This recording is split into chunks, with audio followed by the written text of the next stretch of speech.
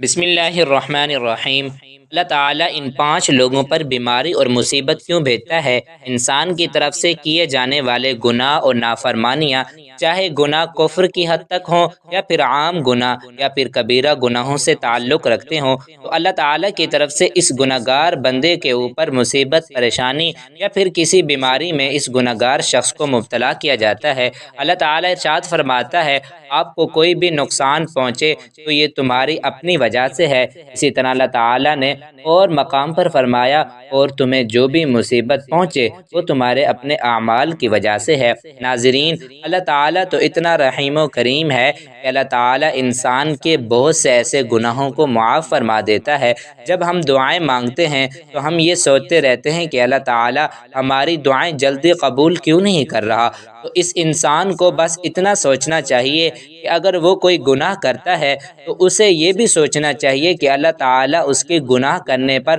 فوری طور پر اسے سزا کیوں نہیں دیتا۔ اللہ تعالیٰ بہتر جانتا ہے کہ کس کو کب اور کیا دینا ہے، کیونکہ اللہ تعالیٰ 70 ماؤں سے بھی زیادہ اپنے بندوں سے محبت کرتا ہے، اور انسان اتنا ناشکرہ ہے، اتنی نمازیں چھوڑتا ہے اور ایسے ایسے کام کرتا ہے کہ جس کو بیان کرنے میں بھی شرم آتی ہے۔ اس کے باوجود بھی اللہ تعالیٰ اس انسان کو رزق دیتا ہے، نعمتیں دیتا ہے، اس کے گناہوں کو معاف کرتا ہے۔ لیکن انسان جب پوری طرح ناشکرہ ہو جاتا ہے، پوری طرح سے گناہگار ہو جاتا ہے، کوئی اس پر ڈر اور خوف اللہ تعالیٰ کا نہیں ہوتا، تو پھر اللہ تعالیٰ بھی اسے اس کی اوقات یاد دلانے کے لیے کہ تو انسان ہے، تجھے بنانے والا اللہ ہے، یہ یاد دلانے کے لیے اسے پریشانیوں میں، مصیبتوں میں، بیماریوں میں مبتلا کر دیتا ہے۔ ناظرین، جیسا کہ اللہ تعالیٰ نے قرآن میں یہ فرمایا، جس کا ترجمہ یہ ہے، اور تمہیں جو بھی مصیبت پہنچے تو وہ تمہارے اپنے اعمال کی وجہ سے ہے، اللہ بہت سے گناہوں کو معاف فرما دیتا ہے۔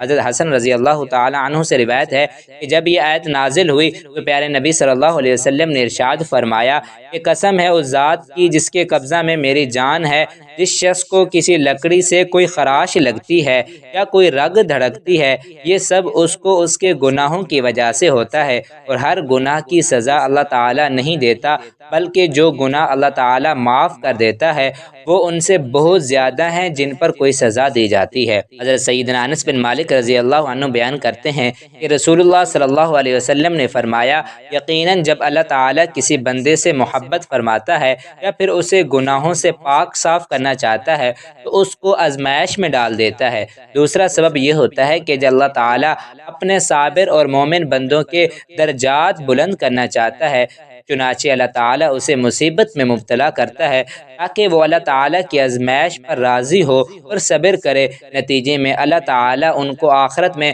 صابرین کے اجر سے نوازے اور اپنے یہاں اسے کامیاب لوگوں میں لکھ دے۔ انبیاء کرام اور نیک لوگوں کو بھی آخری دم تک مصیبتوں کا سامنا رہا۔ اللہ تعالیٰ ان کے لیے ان مصیبتوں کو جنتوں میں بلند درجات کرنے کا ذریعہ بناتے ہیں۔ یہی وجہ ہے کہ ایک حدیث میں آتا ہے کہ نبی اکرم صلی اللہ علیہ وسلم نے فرمایا، جب انسان کے لیے اللہ تعالیٰ کے یہاں کوئی ایسا درجہ مختص ہو جسے پانے کے لیے انسان کے اعمال کافی نہ ہوں، تو اللہ تعالیٰ اس کے جسم، مال یا اولاد کو مصیبتوں میں مبتلا کر دیتا ہے۔ حضرت عائشہ صدیقہ رضی اللہ تعالی عنہا سے روایت ہے کہ نبی اکرم صلی اللہ علیہ وسلم نے فرمایا، کسی بھی مسلمان کو کوئی بھی کانٹا یا پھر اس سے بڑی تکلیف پہنچے، اللہ تعالیٰ اس کے بدلے میں اس کا درجہ بلند فرما دیتا ہے یا پھر اس کے گناہ مٹا دیتا ہے۔ اسی طرح حضرت انس بن مالک رضی اللہ عنہ سے مروی ہے کہ نبی اکرم صلی اللہ علیہ وسلم نے فرمایا، جتنی آزمائش کڑی ہوگی اجر بھی اتنا ہی عظیم ہوگا۔ اللہ تعالیٰ جب کسی قوم سے محبت کرتا ہے ان پر آزمائشیں فرماتا ہے،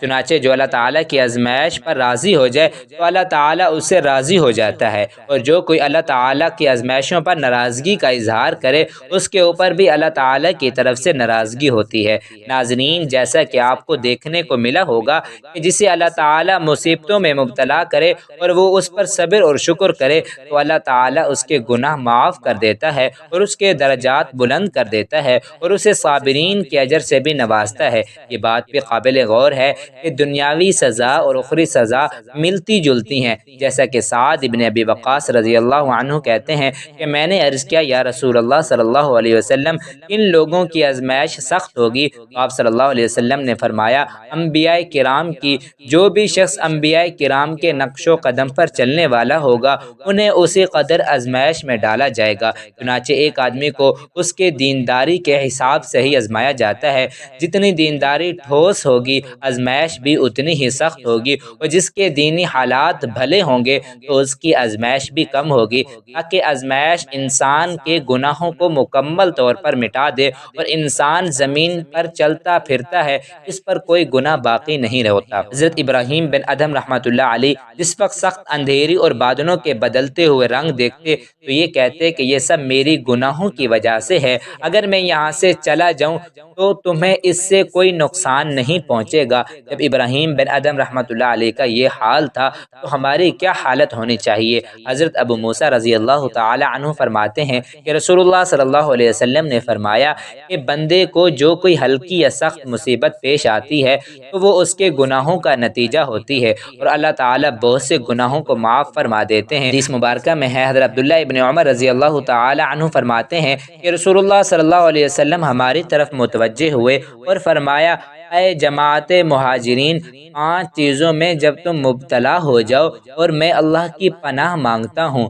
ان سے کہ تم ان چیزوں میں مبتلا ہو جاؤ۔ نمبر 1، جس قوم میں فحاشی اعلانیہ ہونے لگے تو اس میں طاعون اور ایسی بیماریاں پھیل جاتی ہیں جو ان سے پہلے لوگوں میں نہ تھیں۔ نمبر 2، اور جو قوم ناپ تول میں کمی کرتی ہے تو وہ قحط اور مصائب اور بادشاہوں یعنی حکمرانوں کے ظلم و ستم میں مبتلا کر دی جاتی ہے۔ نمبر 3، اور جو قوم اپنے مال کی زکوٰۃ نہیں دیتی اس پر بارشیں روک دی جاتی ہیں، اگر چوپائے یعنی 4 پیروں والے جانور نہ ہوں تو ان پر کبھی بھی بارش نہ برسے۔ نمبر 4، اور جو قوم اللہ اور اس کے رسول صلی اللہ علیہ وسلم کے عہد کو توڑتی ہے اللہ تعالیٰ ان پر غیروں کو مسلط فرما دیتا ہے جو اس قوم سے عداوت رکھتے ہیں، پھر وہ ان کے اعمال چھین لیتے ہیں۔ نمبر 5، اور جب مسلمان حکمران اللہ تعالیٰ کی کتاب کے مطابق فیصلہ نہیں کرتے بلکہ اللہ تعالیٰ کے نازل کردہ نظام میں اپنی مرضی کے کچھ احکام اختیار کر لیتے ہیں اور باقی چھوڑ دیتے ہیں